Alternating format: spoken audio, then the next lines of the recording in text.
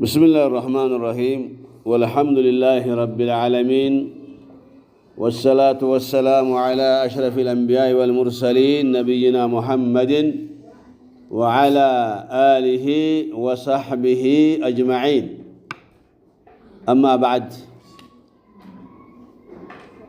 يقول الله سبحانه وتعالى وذكر فإن الذكرى تنفع المؤمنين وما خلقت الجن والإنس إلا ليعبدون الله سبحانه وتعالى بتقدسه القرآن لمؤمنان أستوصاቸው ለሙእሚኖቹ አስተውሳቸው ማስተዋሰህም ትጠቅማቸዋለች ብሎ አላህ Subhanahu Wa Ta'ala ተናግሯል ማለት ነው።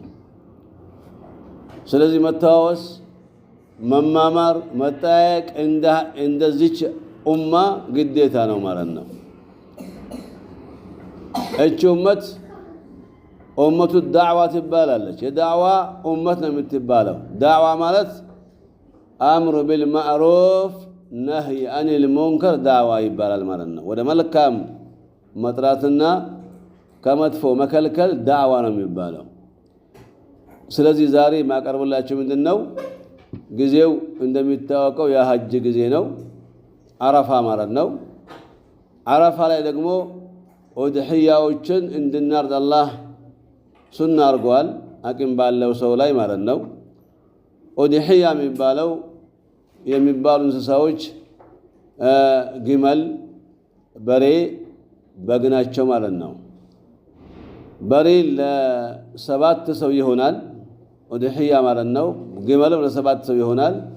በግ ከሆነ ፍየል ከሆነ ግን ለአንድ ሰው ብቻ ነው ማለት ነው የሚሆነው። ስለዚህ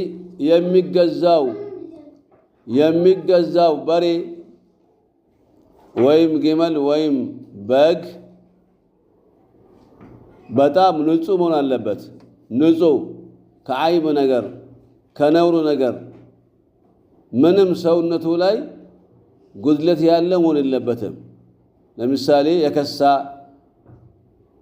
ጆሮ ስንጥቅ የሆነ ቀንዱ የተሰበረ እግረ ሸፋፋ የሆነ ምንም አይኑ ሸውራራ የሆነ እነዚህ ምንም ነገር በቃ አይብ የሌለበት መሆን አለበት። ልክ ለሚመለከተው ሰው ደስ የሚያሰኝ እንስሳ መሆን አለበት ማለት ነው።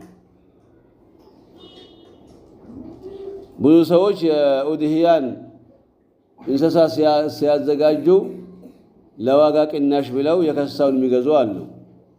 ለዋጋ ቅናሽ ብለው አይብ ያለበትን ነውር ያለበትን የሚገዙ አሉ። ይሄ አይሆንም።